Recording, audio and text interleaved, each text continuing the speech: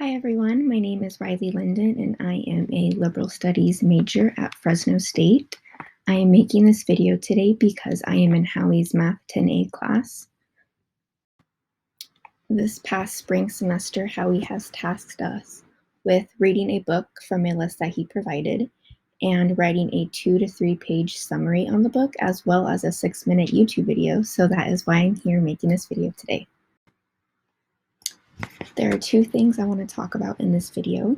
The first thing I'm going to talk about is the book that I read, and the book that I read is Mathematical Mindsets. And I'm going to kind of summarize it and just reflect off of it.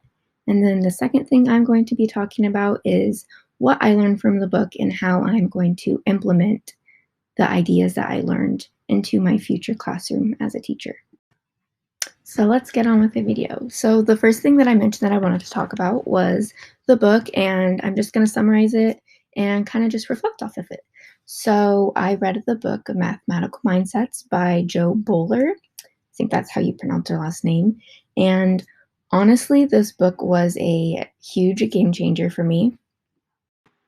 And the reason I say it was a huge game changer for me is because the whole time I've been learning math, kindergarten through 12th grade, and even in college, I've always thought of math as being very procedural and memorization and connecting it with speed.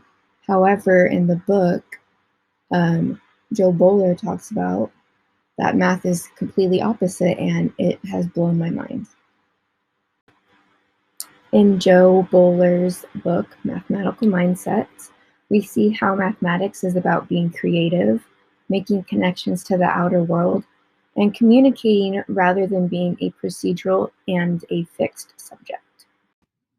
Boaler, who is a professor at Stanford University here in California, has many years of experience under her belt when it comes to math.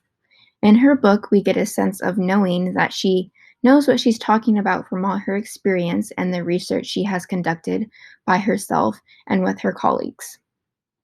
The first thing Boaler mentions is the brain and how it works when we are learning and doing math.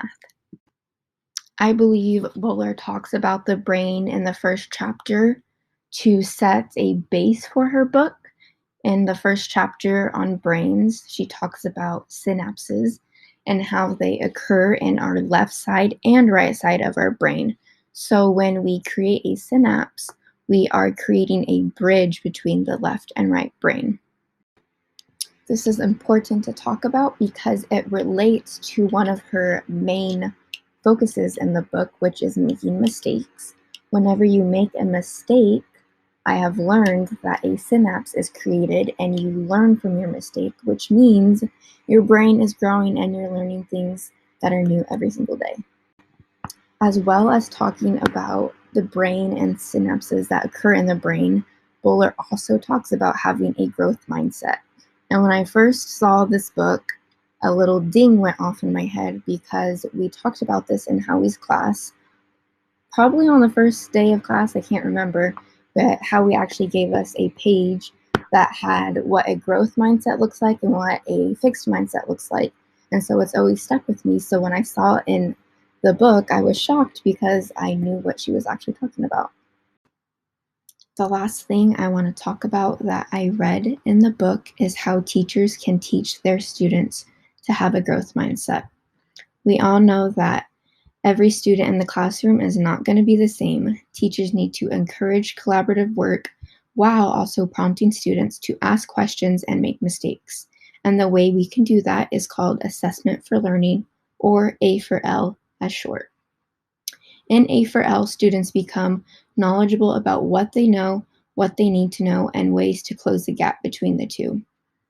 A for L should be the main focus when teaching students about growth mindsets in math because A for L teaches students to be responsible for their own learning while allowing students to become autonomous learners who self-regulate and determine what they need to learn. Now that I talked about and summarized a little bit of the book, I want to talk about some of the strategies I read in the book that I want to implement in my classroom as a future teacher. One thing I learned from the book that I want to implement into my classroom as a future teacher is I am going to encourage mistakes while teaching math to my students, and really while teaching anything to my students. I think it is important to make mistakes because I've learned that you actually grow as a person and learn from your mistakes. And I think that's important. I like how in Howie's class, he tells us to make a mistake and to not be afraid to speak up when you need help. And I think that's important for students to know because I feel like it makes them feel more comfortable in a classroom. Another thing I want to incorporate in my classroom in the future is I want to have math games for my students. I think math games are a fun way to learn math, but also have fun and be creative and communicate with your students and your peers. I have learned firsthand how math games can be fun. I think my favorite math game is called How Close to 100. I like that you are learning your multiplication facts while also visualizing math. I think math is a subject that needs to be visualized because it helps students learn and it creates those synapses in your brain. The last thing I learned from the book that I read is how important it is to have a growth mindset in a math class. Having a growth mindset allows students to be more successful, and as a teacher, it is my job to start this school year off with a growth mindset and end the school year off with a growth mindset. Overall, I enjoyed reading Mathematical Mindsets by Jo Boaler, and I want to thank Howie for recommending the book to our class. It was a great read, and honestly, I learned a lot of stuff. It opened my eyes on the subject of math and how teachers can teach the subject. So thank you, and I hope you have a great day. Thanks for watching. Bye.